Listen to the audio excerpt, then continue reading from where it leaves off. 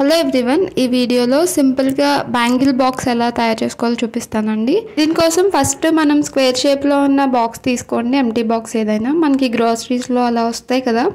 ఇది అయితే జాలీ ranger lollipop box అండి.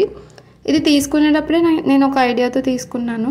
ఇలాంటి డెప్త్ ఉన్న స్క్వేర్ బాక్స్ ఒకటి తీసుకోండి. అండ్ దాంతోపాటు మనకి క్లింగ్ ర్యాప్స్ యూజ్ చేసిన తర్వాత ఇలా ఎంటీ రోల్స్ ఉంటాయి కదా, ఇవి ఆల్రెడీ నేను కలెక్ట్ చేసి పెట్టుకున్నాను.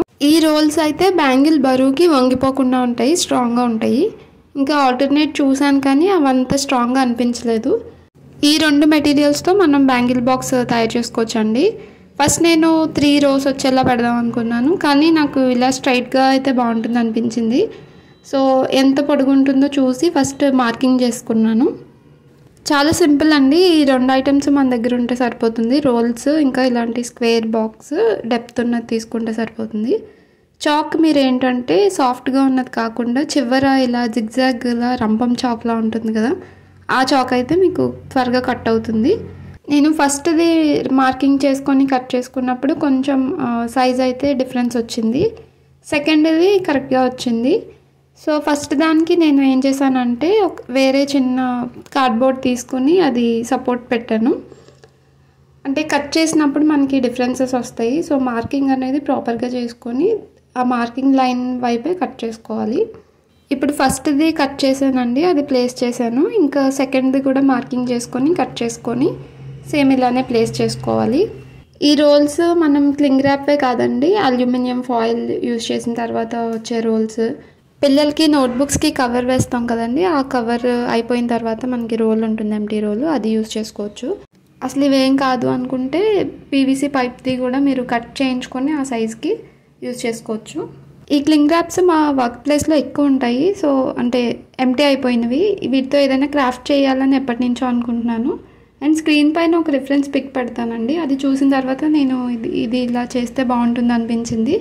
నార్మల్గా మనం బ్యాంగిల్ స్టాండ్ ఏంటంటే ఎక్కడికి క్యారీ చేయలేము అండ్ ఎక్కువ డస్ట్ అబ్జర్వ్ అయిపోతూ ఉంటుంది, ఓపెన్గా ఉంటుంది కాబట్టి. సో ఇదేంటంటే పైన మనకి లిడ్ ఉంటుంది, బాక్స్ టైప్లో ఉంటుంది కాబట్టి మనం ఎక్కడికైనా క్యారీ చేయొచ్చు. ఏదైనా ఫంక్షన్స్కి 4-5 days ఎక్కడికైనా ఊరు వెళ్ళేటప్పుడు కూడా మనం తీసుకొని బ్యాగ్లో పెట్టేసుకొని వెళ్ళిపోవచ్చు. అండ్ ఇంకా ఇందులో స్పేస్ కూడా ఉంటుంది, బ్యాంగిల్స్ పెట్టుకోగా కొంచెం స్పేస్ కూడా ఉంటుంది. అందులో రిమైనింగ్ యాక్సెసరీస్ అన్నీ పెట్టి క్యారీ చేసుకోవచ్చు. 2 రోల్స్ ఈక్వల్గా కట్ అవ్వలేదండి. ఫస్ట్ పెట్టింది కొంచెం లూజ్ అయింది, దానికి నేను చిన్న కార్డ్బోర్డ్ పెట్టి అడ్జస్ట్ చేశాను. ఇంకా పైన మనం లిడ్ పెట్టేసుకుంటే మనకి బ్యాంగిల్ బాక్స్ రెడీ అయిపోతుంది. ఈ రిమైనింగ్ చిన్న రోల్స్తో కూడా మనం చేసుకోవచ్చు, అది ఎలాగో ఇంకొక వీడియోలో చూపిస్తాను. దాంతో కూడా బ్యాంగిల్ బాక్స్ మేక్ ఓవర్ చేయొచ్చు. ప్రీవియస్గా నేనైతే ఇలా రౌండ్ బాక్స్లో బ్యాంగిల్స్ అన్నీ ఏ కలర్కి ఆ కలర్ సెపరేట్గా టై చేసి పెట్టుకునేదాన్ని క్లాత్ తోటి. ఇది ఇంతకు ముందు ప్రాసెస్. ఇంక ఇప్పుడైతే ఇలా సెట్ చేసుకోవచ్చు. ఇదే మెథడ్ మనం రౌండ్ బాక్స్లో కూడా పెట్టొచ్చు, ఇలాంటి రోల్స్ తీసుకొని. కాకపోతే అది స్పేస్ ఎక్కువ ఆక్యుపై అయిపోతుంది, అంటే ఒక రోలే పట్టొచ్చు. మనకి ఈ స్క్వేర్ బాక్స్లో 2 పట్టాయి కదా, అందులో ఒకటే పట్టొచ్చు, రిమైనింగ్ స్పేస్ అంతా ఖాళీగా ఉంటుంది. సో అది మనం చూసుకొని ఏ బాక్స్ సెట్ అవుతుంది అనేది చేసుకోవచ్చు. ఇవన్నీ ఎప్పుడో మ్యారేజ్ టైంలో తీసుకున్న బ్యాంగిల్స్ అండి, కొన్ని చాలా వరకు యూజ్ చేయట్లేదు. వాటిని నేను సిల్క్ థ్రెడ్తో కవర్ చేసి మళ్ళీ కొత్తగా మేక్ ఓవర్ చేయాలనుకుంటున్నాను.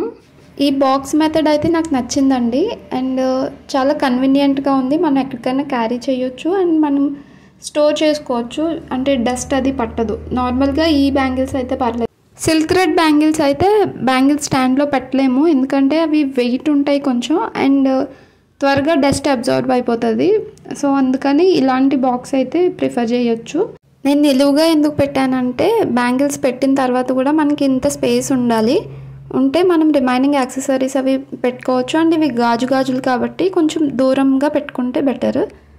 ఇప్పుడు నేను తీసుకున్న ఈ బాక్స్కి అయితే ఆల్మోస్ట్ ఒక 12 డజన్స్ ఈజీగా మనం పెట్టుకోవచ్చు అండి బ్యాంగిల్స్. ఒక దాంట్లో 6 డజన్స్, ఒక దాంట్లో 6. చూసారు కదండి, సింపుల్గా DIY bangle box from scratch. Thank you for watching.